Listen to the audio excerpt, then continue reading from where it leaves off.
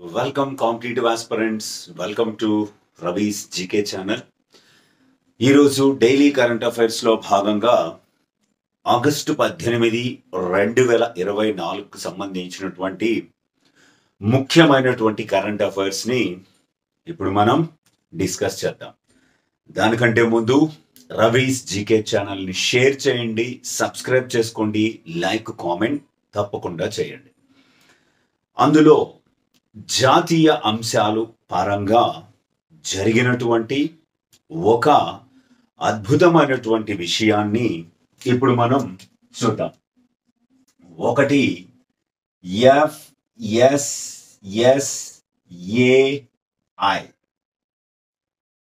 FSSAI ఇది రీసెంట్గా ఒక ప్రాజెక్టు లాంచ్ చేసి దాని యొక్క ఎలాంటి అంశాలు పరిగణలోకి తీసుకోవాలన్న దాని ప్రకటన చేయడం జరిగింది. ఇంతకీ FSSAI అంటే ఏమిటి, అది రీసెంట్గా తీసుకొచ్చినటువంటి ప్రాజెక్ట్ పేరేమిటి, దానికి ఫుడ్ అండ్ అగ్రికల్చరల్ ఆర్గనైజేషన్ FAOకి ఉన్నటువంటి సంబంధం ఏమిటి అనేది ఒక్కసారి మనం చూద్దాం.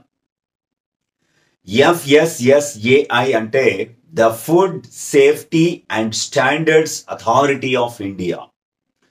అంటే భారతదేశంలో ఆహార భద్రత మరియు ప్రమాణాల సంస్థ అని పిలుస్తారు దీన్ని. ఈ సంస్థ ఒక ఇన్నోవేటివ్ ప్రాజెక్టుని లాంచ్ చేసింది. ఆ ఇన్నోవేటివ్ ప్రాజెక్టుని ఏ రకంగా ఎందుకోసం లాంచ్ చేసింది అంటే to tackle growing concern of microplastic contamination in food.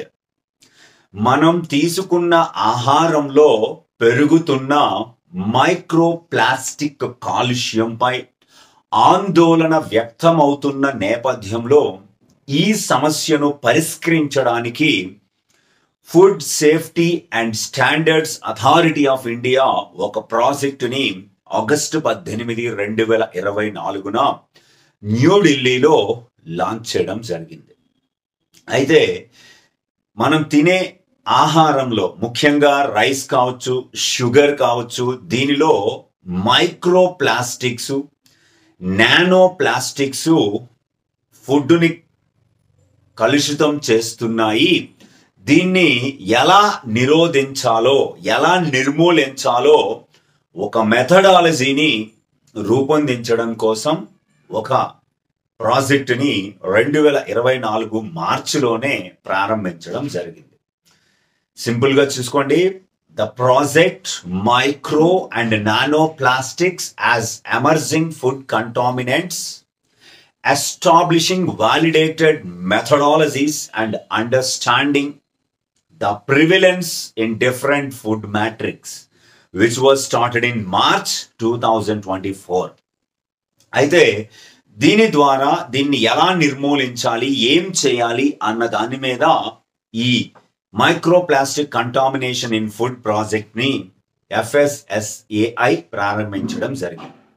అయితే దీని మీద తీసుకోవాల్సినటువంటి చర్యల్లో భాగంగా మనకి 3 సంస్థలు కలిసి పనిచేయబోతున్నాయి. ఆ 3 సంస్థల్లో ఒకటవది CSIR, Indian Institute of Toxicology Research, Lucknow. IITR అంటారు, Indian Institute of Toxicology Research, Lucknow. అలాగే Indian Council of Agricultural Research, ICAR, Central Institute of Fisheries Technology, Kochi, and Birla Institute of Technology and Science, BITS, Pilani in Rajasthan. ఇవన్నీ కూడా ఈ 3 సంస్థలు కలిసి, research institutions కలిసి దీనిని ఎలా ఈ మైక్రో నానో ప్లాస్టిక్స్ ఫుడ్ లో కలవకుండా ఉండాలి అన్న దాని మీద చర్యల కోసం ఈ 3 సంస్థలు కలిసి పనిచేస్తాయి. ఎందుకంటే రీసెంట్ గానే ఇటలీలోని రోమ్లో ప్రధాన కార్యాలయం కలిగి ఉన్న food and agricultural organisation, simply known as FAO, highlighted the presence of microplastic in common food items such as sugar and salt. Recent గా భారతదేశంలో లభించే కామన్ ఫుడ్ అయినటువంటి రైసు షుగర్లలో మైక్రోప్లాస్టిక్స్ ఎలా ఉన్నాయో ఒక నివేదికని తీసుకొచ్చి దాన్ని హైలైట్ చేయడం జరిగింది. అందుకే food standards safety and standards authority of India ఈ కొత్త ప్రాజెక్ట్ ని తీసుకొచ్చి దానిలో 3 రీసెర్చ్ ఇన్స్టిట్యూట్స్ ని భాగస్వామ్యుల్ని చేశాయి. ఓకే, నెక్స్ట్ దీని తర్వాత మనకి Rajnath Singh defence point of వ్యూలో దీన్ని మనం చాలా జాగ్రత్తగా చదువుకోవాలి. రాజ్నాథ్ సింగ్ భారత రక్షణ శాఖ మంత్రి. ఈ భారత రక్షణ శాఖ మంత్రి ఆగస్టు 18, 2024న చెన్నైలో తమిళనాడు రాష్ట్రానికి 5 సార్లు ముఖ్యమంత్రిగా పనిచేసినటువంటి ఎం కరుణానిధి కలైంజర్ కరుణానిధి 100వ పుట్టినరోజు సందర్భంగా ఒక స్మారక నాణ్యాన్ని విడుదల చేయడం జరిగింది. కరుణానిధి 100వ పుట్టినరోజు సందర్భంగా స్మారక నాణ్యాన్ని విడుదల చేయడం జరిగింది. ఇది చాలా ఇంపార్టెంట్. 5 సార్లు తమిళనాడుకి ముఖ్యమంత్రిగా పనిచేశారు కరుణానిధి. ప్రజెంట్ తమిళనాడు ముఖ్యమంత్రి డిఎంకే అధినేత ద్రవిడ మున్నేట్ర కజగం అధినేత స్టాలిన్ తండ్రి గారు కరుణానిధి. ఆయన గుర్తింపుగా 100వ పుట్టినరోజు సందర్భంగా ఒక స్మారక నాణ్యాన్ని విడుదల చేశారు. రైట్, దీని తర్వాత 3వది డిఫెన్స్ సెక్టర్ కి సంబంధించినటువంటిదే. ఇది కూడా ICGMRCC ప్రారంభం. ఇది కూడా మనకి చాలా కీలకమైనటువంటిదే, గుర్తుపెట్టుకోవాలి. ICG అనగానే ఇండియన్ కోస్ట్ గార్డ్, భారత తీర ప్రాంత రక్షక దళం. MRCC అనగానే maritime rescue coordination centre. Maritime rescue coordination centre. Maritime rescue coordination centre ని చెన్నైలో, తమిళనాడులోని చెన్నైలో ఆగస్టు 18, 2024న రాజ్నాథ్ సింగ్ ప్రారంభించడం జరిగింది.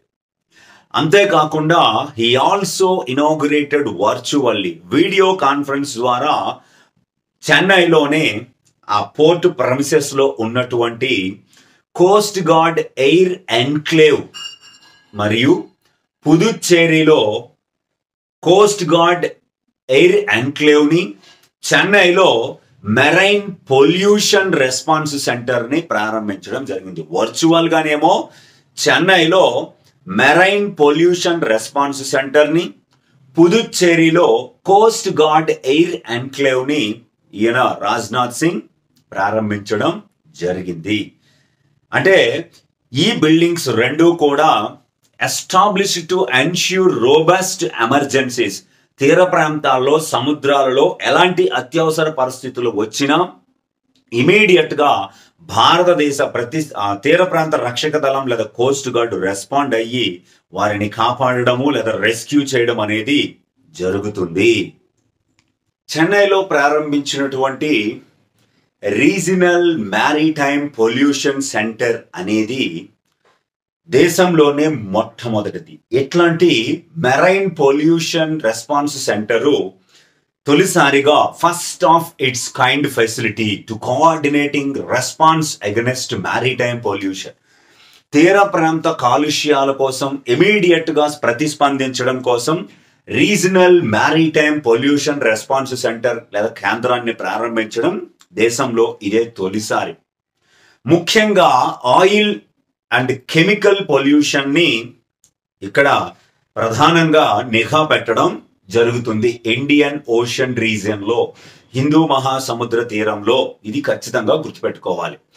ఈ కేంద్రాన్ని ఏర్పాటు అనేది కేంద్ర రక్షణ శాఖ మంత్రి Rajnath Singh Indo ASEAN meeting 2022 November 22వ తేదీన కంబోడియాలో జరిగింది.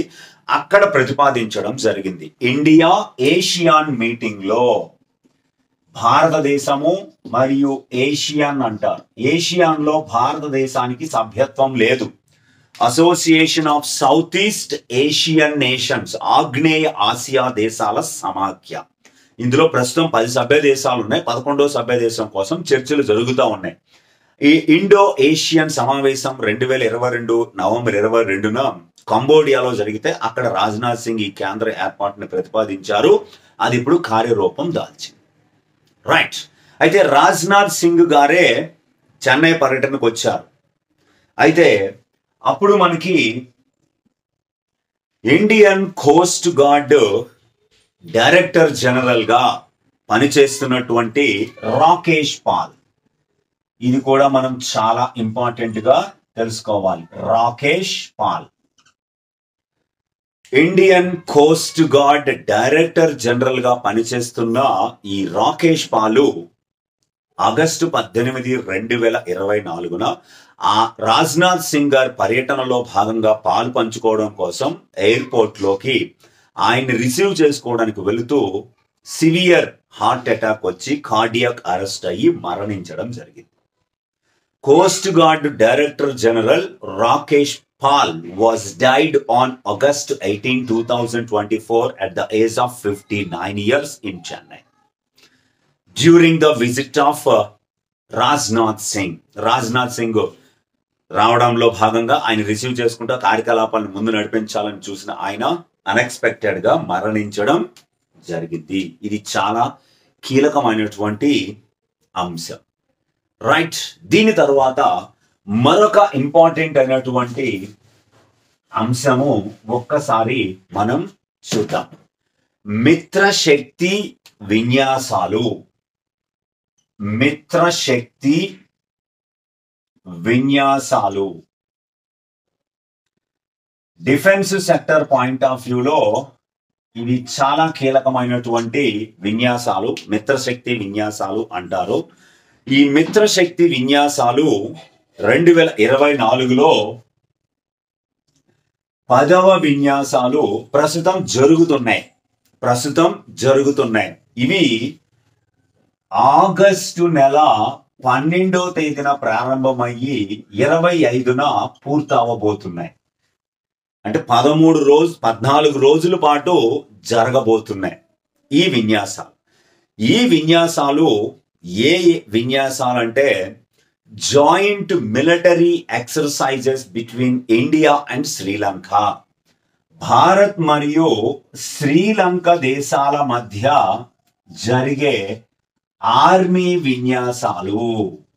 ఇండియా శ్రీలంక ఆర్మీ ఎక్సర్సైజెస్ అంటారు వీటిని. ఈ ఆర్మీ విన్యాసాలు శ్రీలంకలో ప్రస్తుతం జరుగుతూ ఉన్నాయి. ఆర్మీ ట్రైనింగ్ స్కూల్ మాధూరు ఓయా శ్రీలంకలో ప్రస్తుతం జరుగుతున్నాయి. భారతదేశం నుంచి మొత్తంగా చాలా కీలకం 106 మంది పర్సన్స్ 106 మంది ఈ విన్యాసాల్లో పాలు పంచుకోవడానికి వెళ్ళడం జరిగింది. వాళ్ళు రాజ్పుతనా రైఫిల్స్ కి చెందినటువంటి బృందం. ఈ రాజ్పుతనా రైఫిల్స్ కి చెందినటువంటి బృందంతో పాటుగా శ్రీలంక నుంచి కూడా 106 మంది అదే సంఖ్యలో పాల్గొనడం జరిగింది. గజాబార్ రెజిమెంట్ కి చెందినటువంటి బృందం. అయితే ఇక్కడ చాలా కీలకమైనటువంటి అంశం ఏమిటంటే ఈ విన్యాసాల్లో భారతదేశము తొలిసారిగా కుక్కలని ఉపయోగించడం జరిగింది. అసాల్ట్ కెనైన్ అని పిలుస్తారు, దాడి కుక్కలు. అందులో ముఖ్యంగా ఈ విన్యాసాల్లో ముఖ్యంగా భారతదేశము ఉపయోగించినటువంటి ఆ కుక్క జాక్ అనే కుక్క అండి. ZAC అంటారు. ఈ జాక్ అనేటువంటి ఈ క్యానీని ఉపయోగించడం జరిగింది. ఇది బెల్జియన్ మ్యాలనోస్ అనేటువంటి ఈ కుక్క ఈ విన్యాసాల్లో 2.5 సంవత్సరాల వయసు కలిగిన ఈ కుక్కని ఉపయోగించడం జరిగింది. దీన్నే సింపుల్ గా K9 అని కూడా పిలుస్తారు. జాక్నే K9 అని కూడా పిలుస్తారు. కార్డన్ సెర్చ్ లో కావచ్చు, సెర్చ్ అండ్ సెర్చ్ లో కావచ్చు, ఫైటింగ్ బిల్డప్ ఏరియాస్ లో కావచ్చు, జంగిల్ సెర్చ్ లో కావచ్చు, చాలా అద్భుతమైనటువంటి శిక్షణ పొందినటువంటి దాడి కుక్క ఇది. దీన్ని ఉపయోగించారు. శ్రీలంక కూడా 2 రకాల కుక్కల్ని ఉపయోగించడం కూడా జరిగింది. ఈ జాక్ అనేది dog training facility remount veterinary corps centre మీరట్లో ఇది శిక్షణ పొందడం జరిగింది. ఇది చాలా అద్భుతమైన ప్రతిభ కలిగినటువంటి క్యానిన్ కాబట్టి ఇది చాలా ఇంపార్టెంట్. జాక్ K9 అనేది గుర్తుపెట్టుకోవాలి స్టూడెంట్స్. Okay right. దీని తర్వాత మరొక కీలకమైనటువంటి అంశము ఇప్పుడు చూద్దాం మనం. శత్రువులని వేటాడే ఆర్టిఫిషియల్ ఇంటెలిజెన్స్ రోబోని అభివృద్ధి చేయడం జరిగింది. దాని గురించి ఒకసారి మనం చూసేద్దాం. శత్రువులని వేటాడే AI రోబో, శత్రువులను వేటాడే AI రోబో. AI అంటే కృత్రిమ మేధ, ఆర్టిఫిషియల్ ఇంటెలిజెన్స్. అయితే యుద్ధంలో సైన్యానికి మంచి సహకారాన్ని అందించి శత్రువులని పసిగట్టి వారిని మట్టుబెట్టే AI రోబోని ఉత్తరప్రదేశ్కు చెందినటువంటి ఇంజనీరింగ్ స్టూడెంట్స్, ఉత్తరప్రదేశ్ రాష్ట్రానికి చెందినటువంటి ఇంజనీరింగ్ స్టూడెంట్స్ అభివృద్ధి చేశారు. Gorakhpur institute of Technology and management, Gorakhpur institute of Technology and management సంస్థకు చెందినటువంటి కాలేజీకి చెందినటువంటి ఇంజనీరింగ్ విద్యార్థులు ఈ శత్రువులను వేటాడే కృత్రిమ మేధ రోబోని అభివృద్ధి చేశారు. ఇది 2 కిలోమీటర్ల దూరంలో ఉన్న శత్రువులను గుర్తించి తొదముట్టించగలదు. అలాగే దీని బరువు 55 కేజీలు ఉంటుంది. దీనికి 18 mm ఎలక్ట్రానిక్ మెషిన్ గన్ అని అమర్చారు. దీనిని సైనికులు 2 కిలోమీటర్ల దూరంలో ఉండి దీన్ని ఆపరేట్ చేసి ప్రయోగించవచ్చు. ఆటో మోడ్ లో ఉపయోగించవచ్చు, మాన్యువల్ మోడ్ లో కూడా దీన్ని ఉపయోగించవచ్చు. శత్రువుని చూసిన వెంటనే ఇది కాల్పులు జరిపి వారిని తొదముట్టిస్తుంది. సొంత సైన్యానికి ఎలాంటి హాని ఉండదు దీని ద్వారా, ఎందుకంటే ఆ ప్రోగ్రామింగ్ అనేది అలా డిజైన్ చేయడం జరిగింది. ఒకేసారి ఏకకాలంలో 4 దిశల్లోనూ శత్రువులపై కాల్పులు జరిపేలా దీన్ని తీర్చిదిద్దడం జరిగింది. అయితే ఈ రోబో, AI రోబో సుమారుగా 6 నెలల కాల పరిమితితో తయారు చేయబడింది. 6 నెలల్లో తయారు చేశారు. 1,80,000 రూపాయలు దీనికోసం ఖర్చు కూడా జరిగింది. ఇది ఆర్మీకి మరింత అద్భుతమైన జవసత్వాలని అందించగలదని భావించడం జరుగుతుంది. లైసెన్సులను కూడా పొందడం జరిగింది. ఓకే, దీని తర్వాత మరొక కీలకమైనటువంటి ఇష్యూని ఇప్పుడు మనం చూద్దాం. అది చాలా ఇంపార్టెంట్. అర్జు దేవ్బా రాణా, అర్జు దేవ్బా రాణా, అర్జు దేవ్బా రాణా. అర్జు దేవ్బా రాణా నేపాల్ దేశానికి చెందిన విదేశాంగ శాఖ మంత్రి. విదేశాంగ శాఖ మంత్రి అర్జు దేవ్బా రాణా మహిళండి. నేపాల్స్ కొత్త విదేశాంగ శాఖ మంత్రి. ఆమె కొత్తగా విదేశాంగ శాఖ మంత్రిగా ప్రమాణ స్వీకారం లేదా బాధ్యతలు స్వీకరించిన తర్వాత తొలి విదేశీ పర్యటనకి వెళ్ళడం జరిగింది.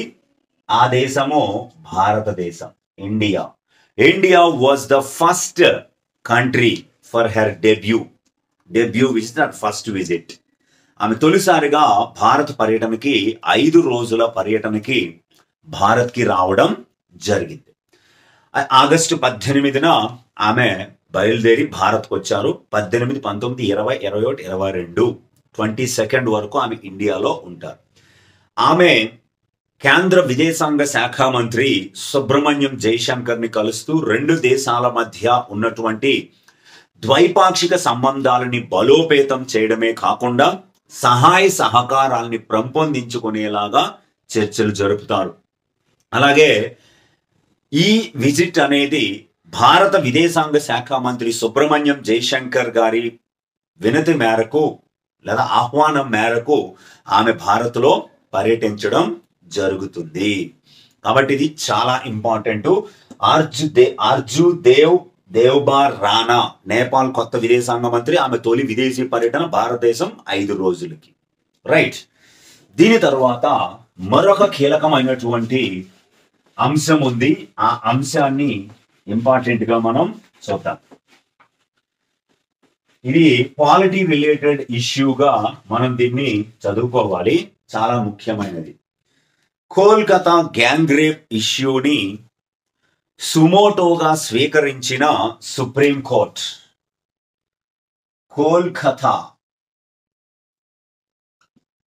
కోల్కతా రేప్ కేసును సుప్రీం కోర్ట్ సుమోటోగా స్వీకరణ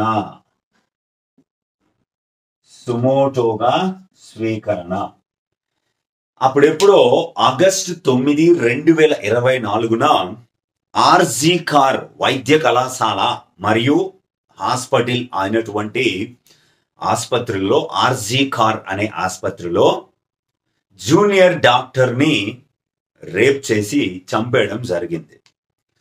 ఆ అత్యాచార ఘటనలో భాగంగా ఆయన్ని కూడా అరెస్ట్ చేశారు. విపరీతమైనటువంటి హ్యాజిటేషన్స్, విపరీతమైనటువంటి వ్యతిరేక ఉద్యమాలు బయలుదేరడం, జూనియర్ డాక్టర్లు, వైద్యులు దేశవ్యాప్తంగా నిరసనను తెలిపి విధులను బహిష్కరించడం కూడా జరిగింది. దాంతో సుప్రీం కోర్టు ఈ కేసుని ఆగస్టు 18, 2024 సుమోటోగా తీసుకుంది. అంటే ఎవరు కేసు వేయకుండానే దర్యాప్తు సంస్థలు కానీ కోర్టులు కానీ వార్తల్లో వచ్చిన న్యూస్ను బట్టి, టీవీలలో వచ్చిన న్యూస్ను బట్టి, వార్తాపత్రికలు వచ్చిన న్యూస్ను బట్టి ఆ కేసుని స్వీకరించవచ్చు. అది సుమోటోగా అంటారు.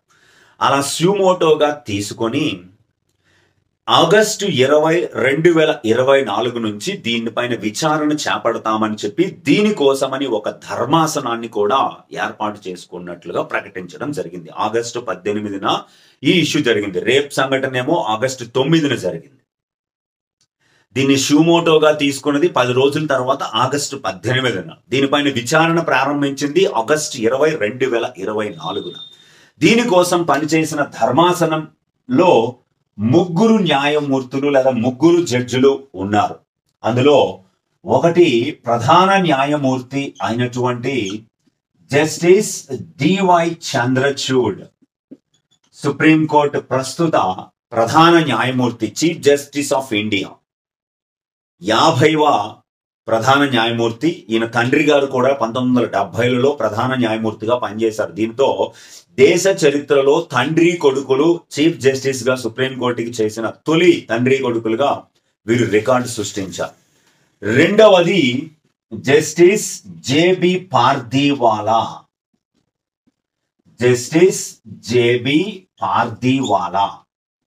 అలాగే మూడవది జస్టిస్ మనోజ్ మిశ్రా. వీళ్ళ 3 ధర్మాసనం. ఈ ధర్మాసనమే మనకి చాలా ఇంపార్టెంట్. జస్టిస్ మనోజ్ మిశ్రా, ఈ 3 సభ్యుల ధర్మాసనం ఆగస్టు 20న విచారణ చేయడం ప్రారంభించి ఆగస్టు 20న సుప్రీంకోర్టు ధర్మాసనం అసలు ఈ కేసు పైన ఎఫ్ఐఆర్ నమోదు చేయడానికి ఎందుకంత ఆలస్యం అయిందో వివరణ ఇవ్వాలని సుప్రీంకోర్టు పశ్చిమ బెంగాల్ ప్రభుత్వాన్ని, పోలీసుల్ని తప్పు పట్టింది. ఎందుకంత ఆలస్యం చేశారు, సంఘటన జరిగింది ఎప్పుడు, ఎఫ్ఐఆర్ నమోదు చేసింది ఎప్పుడు, ఎందుకంత ఆలస్యం అయింది అని చెప్పారు. అలాగే ఆ ఆర్జీ కార్ వైద్య కళాశాల ప్రిన్సిపల్ డాక్టర్ సందీప్ ఘోష్ వ్యవహార శైలి పైన కూడా అనుమానాలు వ్యక్తం చేయడం, అంతేకాకుండా ఆయన్ని ఇమీడియట్ గా ట్రాన్స్ఫర్ చేయడంలో కూడా ఏదో కోణం ఉన్నది అని కూడా సుప్రీంకోర్టు ధర్మాసనం ఆశ్చర్యమైన విషయాలని వెలువరించడం జరిగింది. ఆగస్టు 22 లోపు పూర్తి నివేదికని ఇవ్వాలనే దీనిపైన పశ్చిమ బెంగాల్ ప్రభుత్వాన్ని ధర్మాసనం ఆదేశించింది. ప్రస్తుతం ఉన్న చట్టాలు ఏవైతే ఉన్నాయో వైద్య రంగంలో పనిచేసే వైద్యులకు కావచ్చు, ఉద్యోగులకు కావచ్చు, అస్సలు భద్రత వాతావరణం కల్పించడం లేదు. అందుకోసమని వైద్యుల భద్రత కోసమని ఒక జాతీయ స్థాయి టాస్క్ ఫోర్స్ని లేదా జాతీయ కార్యదళాన్ని, నేషనల్ టాస్క్ ఫోర్స్ని సుప్రీంకోర్టు ఏర్పాటు చేయడం జరిగింది. దాన్ని సింపుల్గా ఎన్టీఎఫ్ అంటారు, national task force. National task force ని ఏర్పాటు చేస్తున్నట్లుగా సుప్రీంకోర్టు ప్రకటించి ఏర్పాటు చేయడం జరిగింది. పనిచేసే ప్రదేశంలో భద్రత కల్పించడం కోసం జాతీయ నిబంధనలను రూపొందించాలని ఈ టాస్క్ ఫోర్స్ కి ఆదేశాలు జారీ జరిపారు. ఈ టాస్క్ ఫోర్సు 3 వారాల్లో నివేదికని సుప్రీంకోర్టుకి ఇవ్వాలని పూర్తిగా ఆదేశాలు జారీ చేశారు. అయితే ఈ టాస్క్ ఫోర్సు ఎవరి ఆధ్వర్యంలో నడుస్తుందా? చైర్మన్ హోదా అనుకోవచ్చు దాన్ని. ఎవరంటే surgeon vice admiral Aarti Sarin. Aarti Sarin నేతృత్వంలో ఈ టాస్క్ ఫోర్సు పనిచేస్తుందని ప్రకటించారు. ఈ ఆధ్వర్యంలో ఆర్తి సరీన్, ఇందులో సభ్యులుగా మోర్ ఓవర్ వైద్యులు, వైద్య కళాశాలలో పనిచేస్తున్న ప్రొఫెసర్స్, కేంద్ర శాఖలకు సంబంధించినటువంటి చైర్పర్సన్స్ లేదా అధ్యక్షులు ఇందులో ఉండడం జరుగుతుంది, సెక్రటరీస్. అందులో 2 తెలుగు వ్యక్తులకి అవకాశం దక్కింది సభ్యులలో. ఒకరు డి నాగేశ్వర్ రెడ్డి. ఈయన Asia institute of gastro enterology AIG chairperson, founder ఆయనే, హైదరాబాద్, డి నాగేశ్వర్ రెడ్డి. అలాగే doctor Srinivas all India institute of medical sciences, AIIMS అంటారు. ఎయిమ్స్ ఢిల్లీకి ఈయన హెడ్ డైరెక్టర్ గా ఉన్నారు. ఆయన వీళ్ళిద్దరు తెలుగువారు సభ్యులుగా ఈ టాస్క్ ఫోర్స్ లో ఉన్నారు.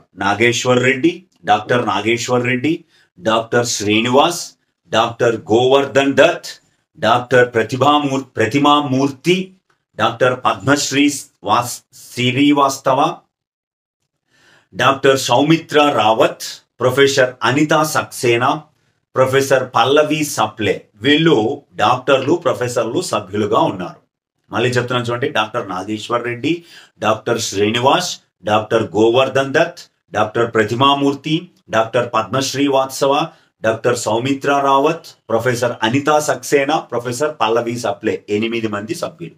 ప్లస్ కేంద్ర కేబినెట్ కార్యదర్శి, కేబినెట్ సెక్రటరీ, అలాగే హోంశాఖ కార్యదర్శి, హోం సెక్రటరీ, కుటుంబ ఆరోగ్య సంక్షేమ శాఖ కార్యదర్శి, జాతీయ ఆరోగ్య మిషన్ డైరెక్టర్, జాతీయ పరీక్షా మండలి ప్రెసిడెంట్. వీళ్ళందరూ మెంబర్స్ గా ఇందులో ఉండి 21 రోజుల్లో తుది నివేదికను వైద్యులు, వైద్య కళాశాలల్లోనూ వైద్య పరిసర ప్రాంతాల్లో పనిచేసే ఉద్యోగుల భద్రతకు నియమ నిబంధనలు అనే వాటిని రూపొందించి టాస్క్ ఫోర్స్ ఇస్తుంది.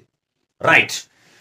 దీని తర్వాత దీనికి హెడ్ అయితే ఆర్తి సరీన్, సర్జను, అలాగే అడ్మిరల్ గా కూడా, వైస్ అడ్మిరల్ గా కూడా పనిచేశారు ఆర్తి సరీన్. ఓకే. దీని తర్వాత మనకి last and final sports point of వ్యూలో బిఏఐ అంటే బ్యాడ్మింటన్ అసోసియేషన్ ఆఫ్ ఇండియా, భారత బ్యాడ్మింటన్ సమాఖ్య. ఈ సమాఖ్య ప్రస్తుతము మనకి చైనాలోని చెంగ్డూలో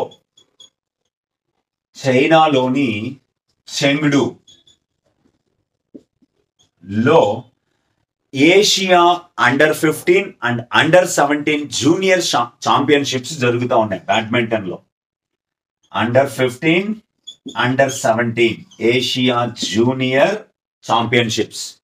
ఈ ఛాంపియన్షిప్స్ కి భారతదేశం నుంచి 39 మంది ప్లేయర్స్ ని 2 విభాగాలకి పంపిస్తున్నట్లుగా ప్రకటించడం జరిగింది.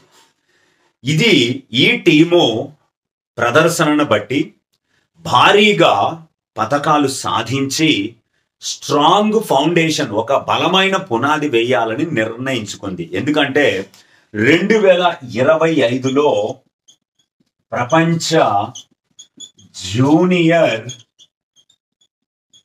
Badminton championship